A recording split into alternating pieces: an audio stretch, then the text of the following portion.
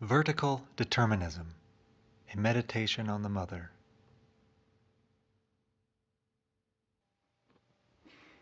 In spite of the most absolute determinisms on the horizontal line, if one knows how to cross all these horizontal lines and reach the highest point of consciousness, one is able to make things change, things apparently absolutely determined. So you may call it by any name you like, but it is a kind of combination of an absolute determinism with an absolute freedom.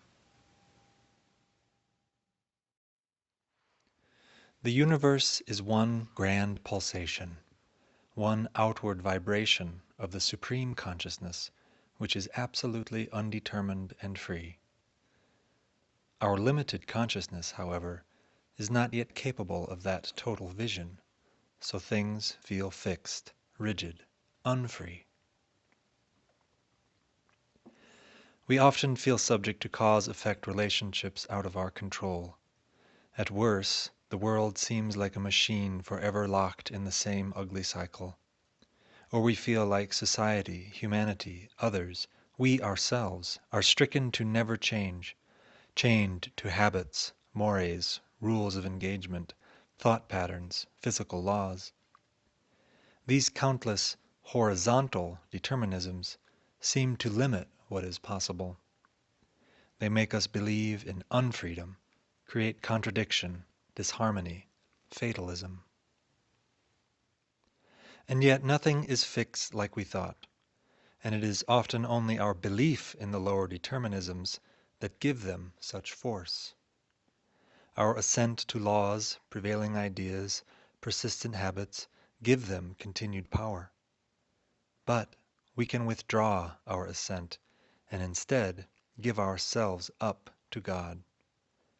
That is, we can refuse the limitations of desire and ego and human outlook and pursue instead a higher and broader knowledge, a more total vision.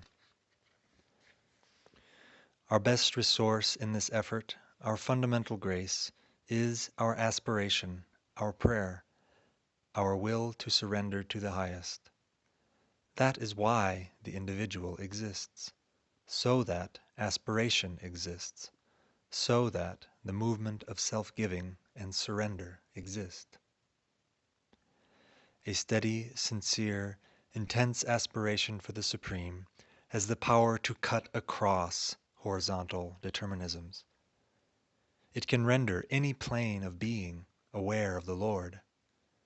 It can bring everything into contact with that highest point of consciousness and introduce its action into the world.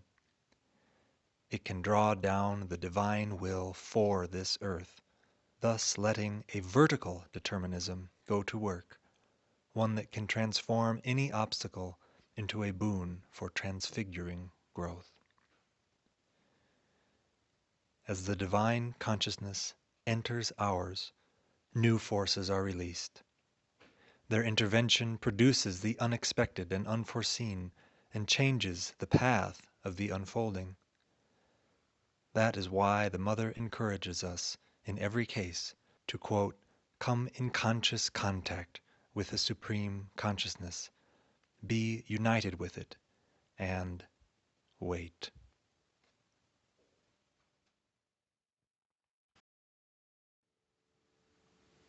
The highest plane is the plane of absolute freedom. If, in your consciousness, you are capable of passing through all these planes, so to say in a vertical line, and reaching the highest plane, and, by means of this connection, of bringing down this plane of perfect freedom into the material determinisms, you change everything. And all the intermediaries change everything. Then, because of the very changes from level to level, it gives altogether the appearance of complete freedom. For the intervention or descent of one plane into another has unforeseen consequences for the other plane, the lower plane. The higher plane can foresee, but the lower ones cannot. So, as these consequences are unforeseen, it gives altogether the impression of the unexpected and of freedom.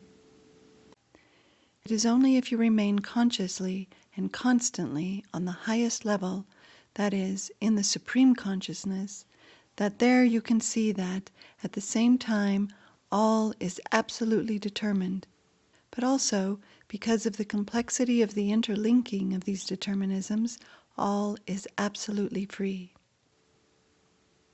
It is the plane where there are no more contradictions, where all things are and are in harmony without contradicting one another.